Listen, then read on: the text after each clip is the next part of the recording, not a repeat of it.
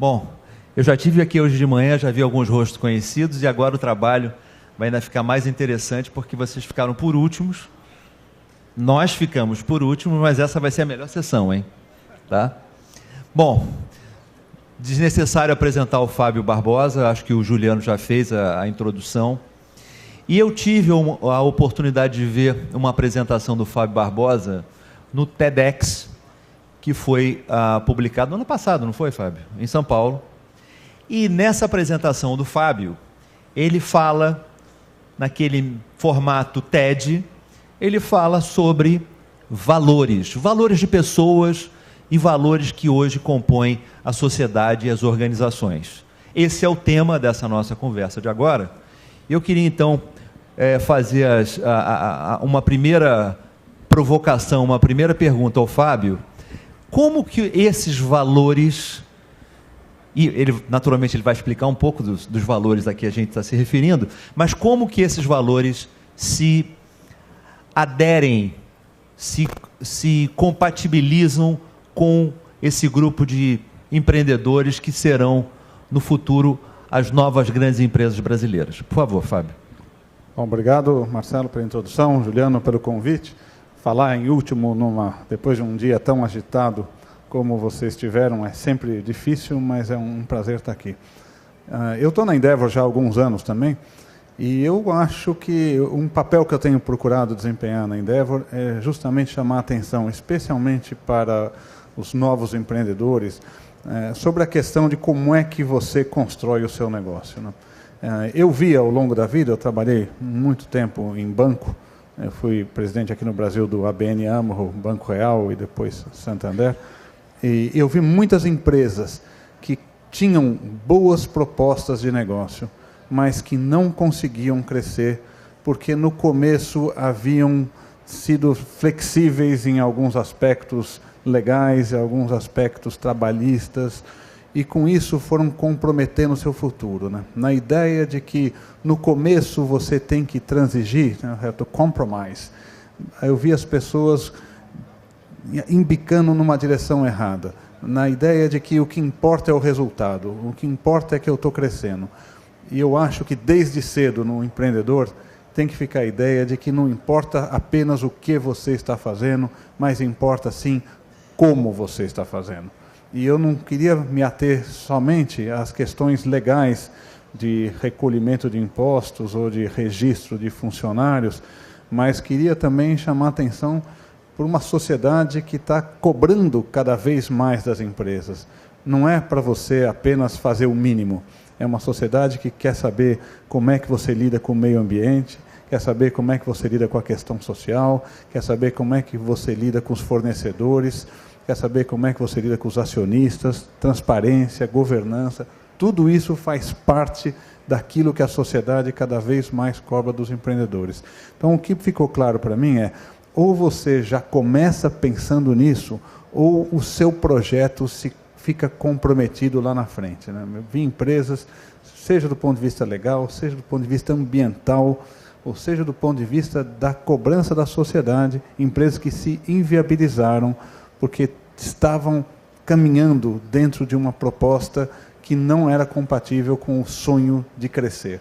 Então, acho que a questão de valores, para começar essa conversa, Marcelo, é mostrar que você pode, e acho que é isso por isso que eu me bato, você pode dar certo, fazendo a coisa certa, do jeito certo.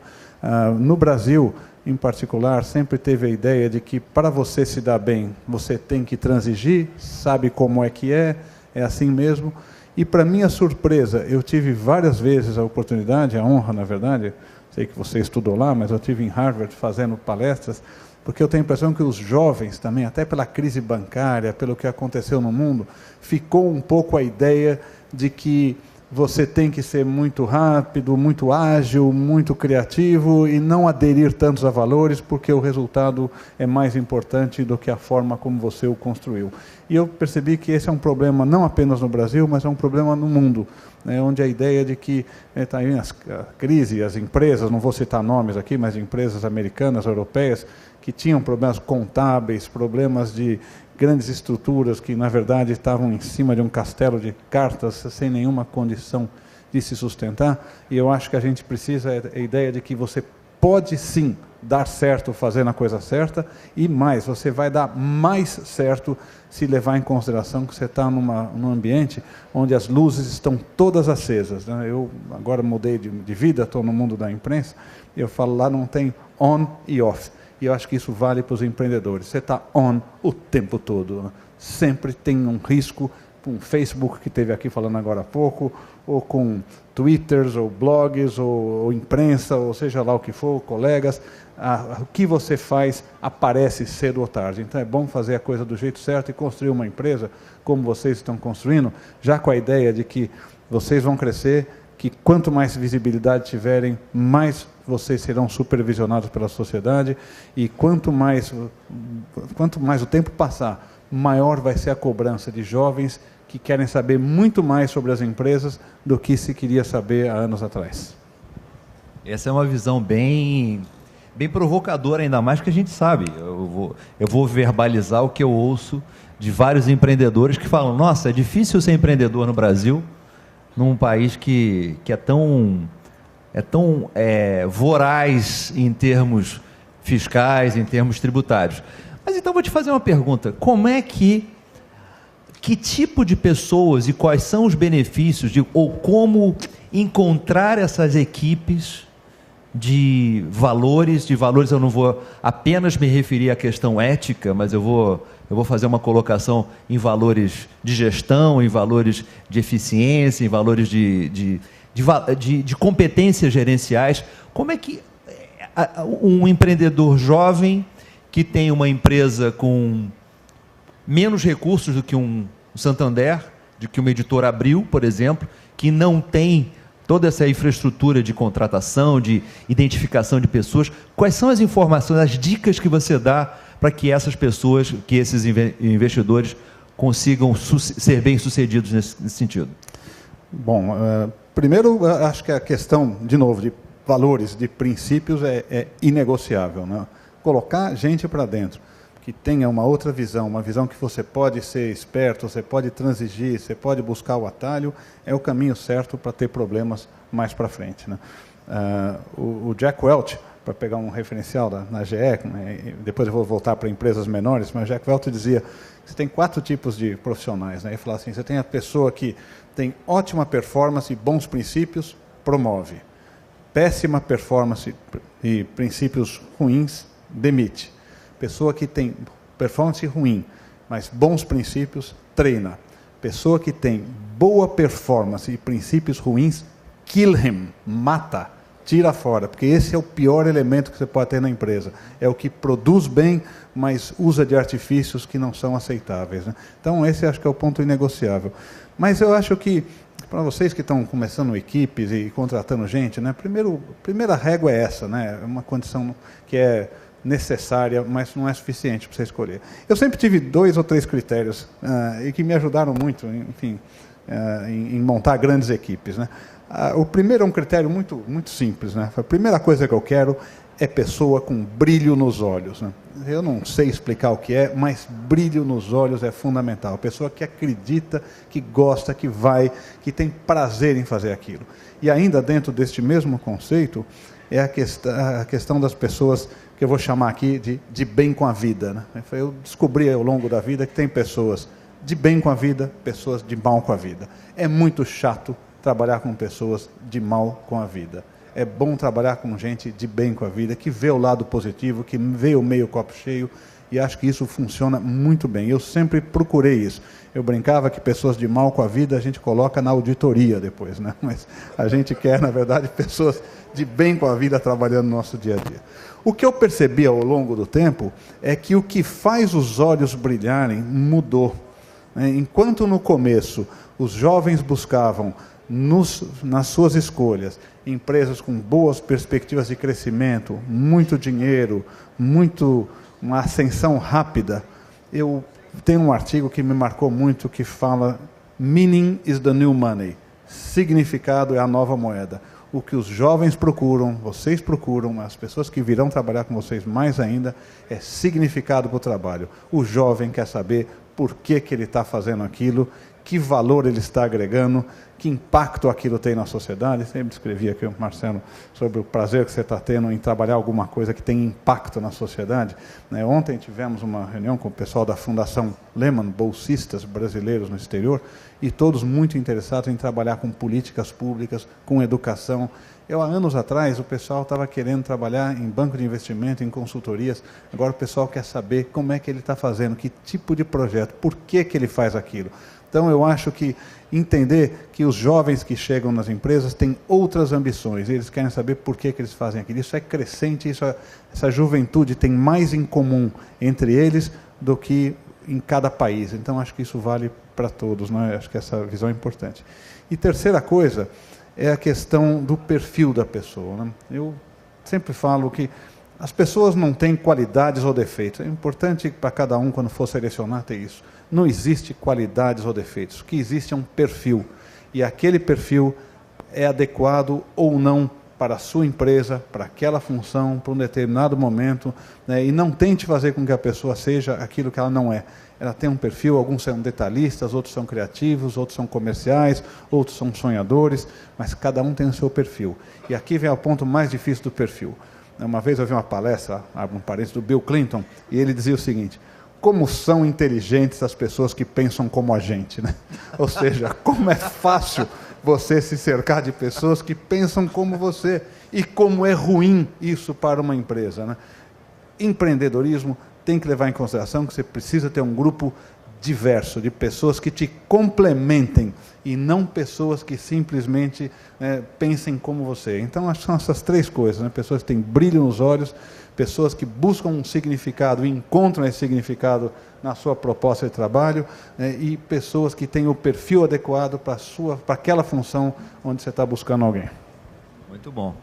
Você falou na primeira parte sobre valores que são ética, que têm um aspecto de competência, e agora você está falando também bastante sobre como que esse grupo de indivíduos pode compor uma equipe. E você, com a história da sua carreira profissional, sempre liderou grandes equipes e foi reputado, em inúmeras ocasiões, como um líder inspirador. Que tipo de inspiração você compartilha quando se trata de liderança, não apenas a liderança do mercado, não apenas a liderança no produto ou nos serviços que os empreendedores têm, mas a liderança também sobre as equipes, que vai tornar esse negócio um negócio vitorioso? Olha, deixa eu começar um passo atrás. Eu brinco que eu sou um executivo frustrado, né? Porque ao longo da vida eu tentei contratar profissionais e nunca consegui. Sempre veio uma pessoa junto, né? E com essa brincadeira, que tem uma pessoa, não tem um profissional. Não adianta dizer que vem um profissional, deixa suas emoções em casa e vem trabalhar. Não é isso que acontece. O que acontece é que vem uma pessoa, e essa pessoa vem com ambições, com frustrações, com sonhos, enfim, inveja do colega, restrição com relação ao que o outro está fazendo.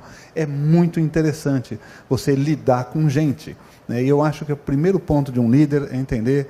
Eu tinha um livro que eu dava para todo mundo que ia falar comigo, chamava O Erro de Descartes, né? O mundo não é cartesiano, and Descartes was wrong. E é muito interessante, porque a gente saiu um pouco da ideia de que você está lidando com pessoas cujas reações são previsíveis e vai lidar com pessoas cujas reações são muito mais complexas. O que é muito fascinante. Seria muito chato trabalhar com pessoas que têm as mesmas reações. Então, eu acho que, na verdade, tem uma proposta que engaje as pessoas, né? Eu assumia, isso vale para o Brasil e vale para outros lugares, uma postura de que você pode e deve buscar fazer a coisa certa, né? Na sua vida pessoal e na sua vida profissional. E ter resultados assim, você não apenas torna a sua empresa melhor, mas você ajuda na construção de um país melhor, de uma sociedade melhor, né?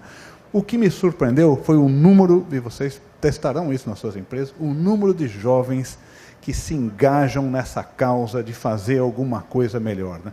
Eu costumo brincar que se a minha geração não foi capaz de deixar um mundo melhor para os nossos filhos, ela certamente deixou filhos melhores para o nosso mundo.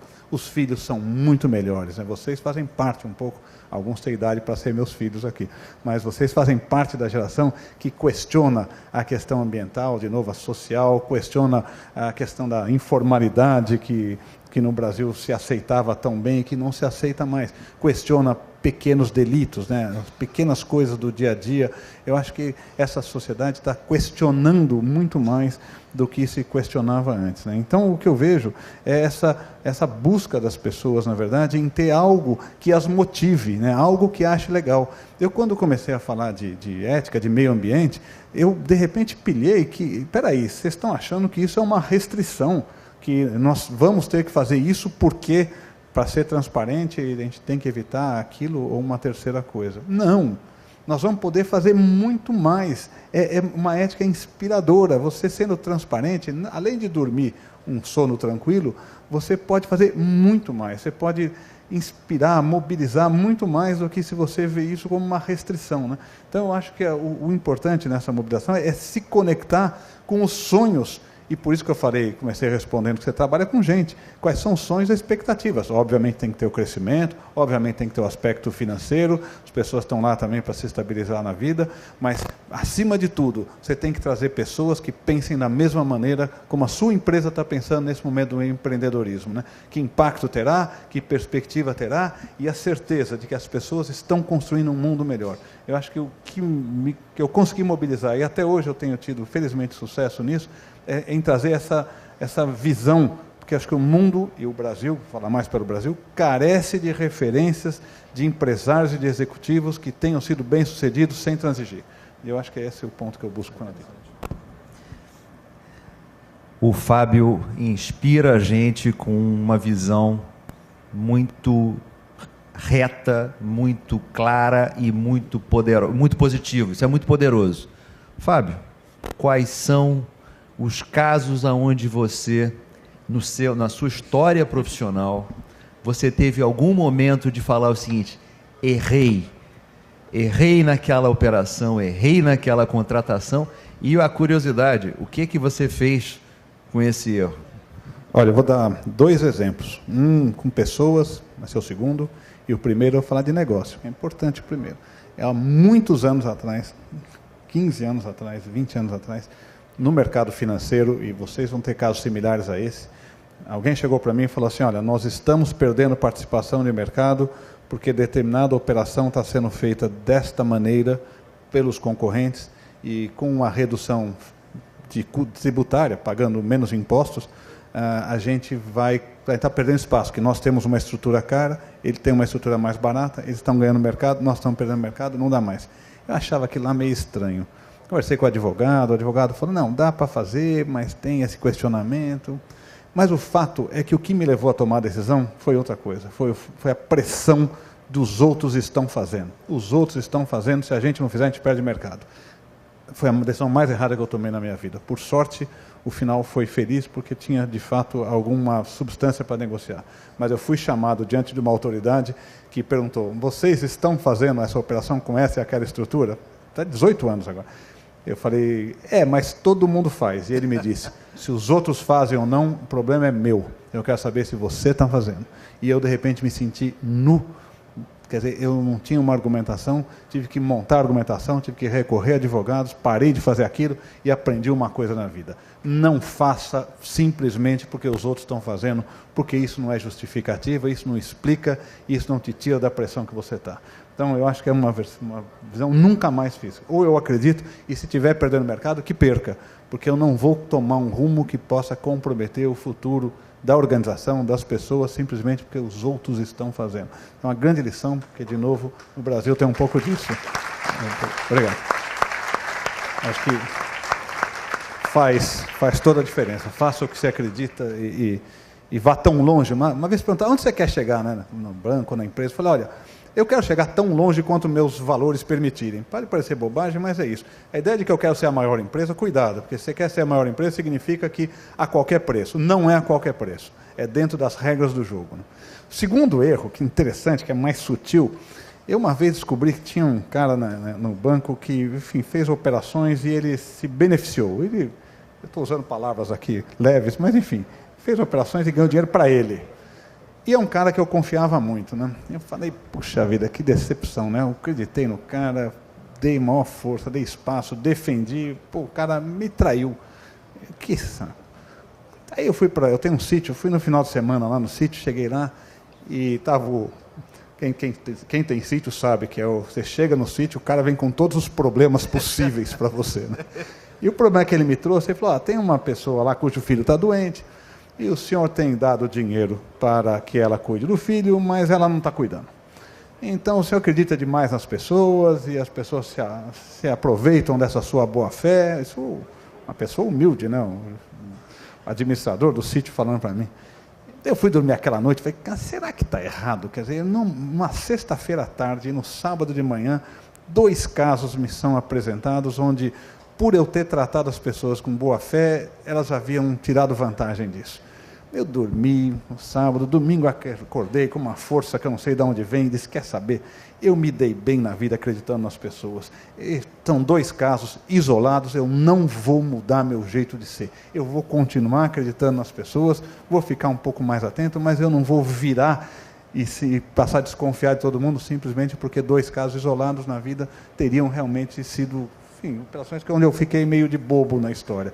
Mas eu voltei e falei que nesse caso eu não vou mudar. Então, no primeiro caso eu mudei, nunca mais faço alguma coisa simplesmente porque os outros fazem, mas no outro caso, que é a mesma teoria, eu vou fazer o que eu acredito. Eu acredito em fazer a coisa certa e eu acredito nas pessoas. E, em geral, me dei muito bem. Então, eu acho que a gente tem que tomar cuidado também para não ficar focado na exceção, no erro, naquele caso isolado, e ter certeza de que no atacado você acertou acreditar nas pessoas.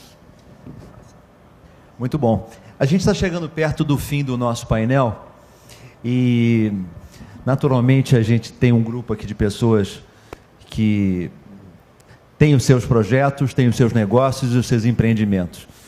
Fábio, que tipo de mensagem, para a gente fazer um encerramento, que tipo de mensagem você poderia consolidar, que eu acho que tem um pouco de tudo que você vem falando, vem atuando como exemplo, como uma pessoa que tem uma mensagem com atitude real, concreta, positiva.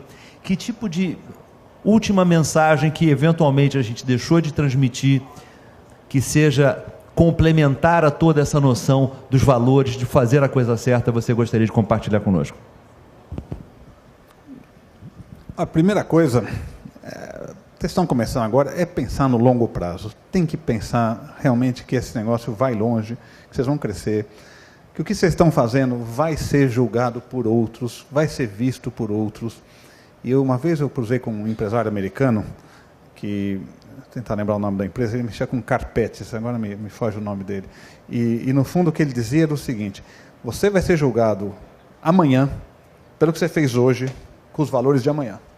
Então não adianta cumprir a lei hoje. Precisa olhar qual é a tendência desse negócio. Quer dizer, questão ambiental é um bom exemplo, questão social, questão regulatória, vai ser lá na frente, questão de direitos, princípios, patentes, porque depois, e acontece hoje, essa empresa, na verdade, era julgada hoje pelo que tinha feito 10 anos atrás, mas 10 anos atrás era legal fazer, pois é, mas hoje não é mais, você está sendo julgado hoje pelo que você fez 10 anos atrás, né?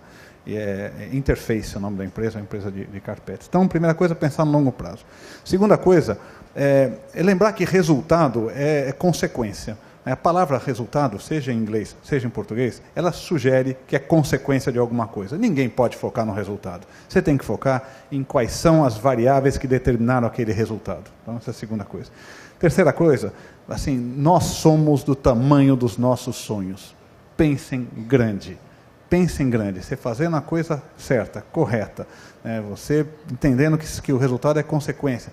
Pense grande. Você, na verdade, a sua empresa vai ser do tamanho que você tiver sonhado, né? E, por fim, para terminar exatamente no horário, eu vou terminar com uma citação do Gandhi, que eu acho muito legal, né? Ele fala assim, nós temos que ser a mudança que queremos ver no mundo. Se a gente quer um mundo transparente, onde as pessoas fazem do jeito certo, que as pessoas são julgadas com base no método, nos valores, Comece isso na sua casa, no seu ao redor, na sua empresa, e se qualifique então como cidadão para criticar se o governo está fazendo certo ou errado. Mas faça você, dentro da sua empresa, aquilo que você quer ver ser feito no mundo. Acho que é isso.